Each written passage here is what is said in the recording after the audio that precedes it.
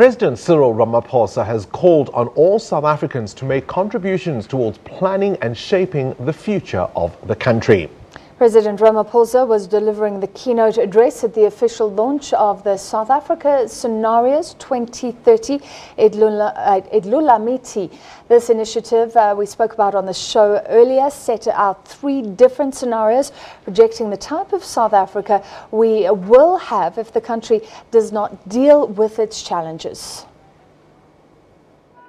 A deeply divided nation where the rich become richer while the poor live in squalor, an increase in service delivery protests and angry community members.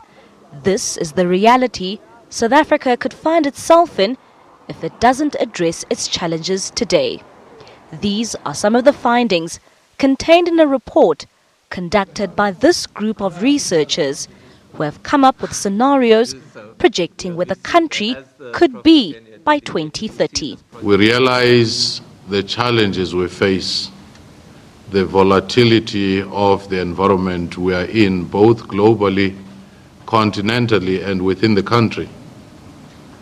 And then we said it was very important to come up with a tool that would focus our national conversation and provide a platform for strategic reflection on the medium to long-term future.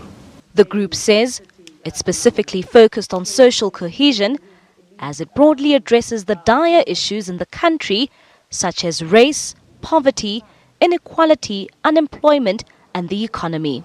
We then agreed that, look, let's focus on the key question of social cohesion.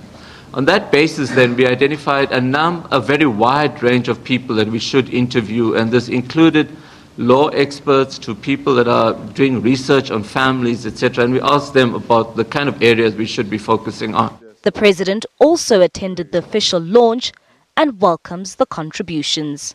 These scenarios, as far as I'm concerned, are a timely contribution to the debates that have been reignited throughout our country as we apply ourselves with renewed determination to the building of a more equal, more honest and more united nation.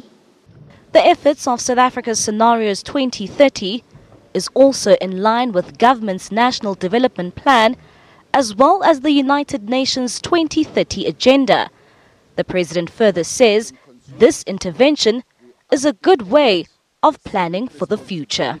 Very often as citizens, as well as workers, business people, professionals and consumers, we abdicate civic responsibility to the elected few and become cynical spectators of the game of nation building. We outsource this inherent responsibility that we have as citizens of our country and give it up to those who are elected, as though they are the ones who possess the greatest wisdom, as though they are endowed with great intellectual powers. In doing so, we reduce ourselves to armchair critics who merely curse the darkness while doing absolutely nothing about creating light. Indlulamithi now says it will be developing a mechanism to monitor the country's progress. Mbali Tetani, SABC News, Midrand. Well,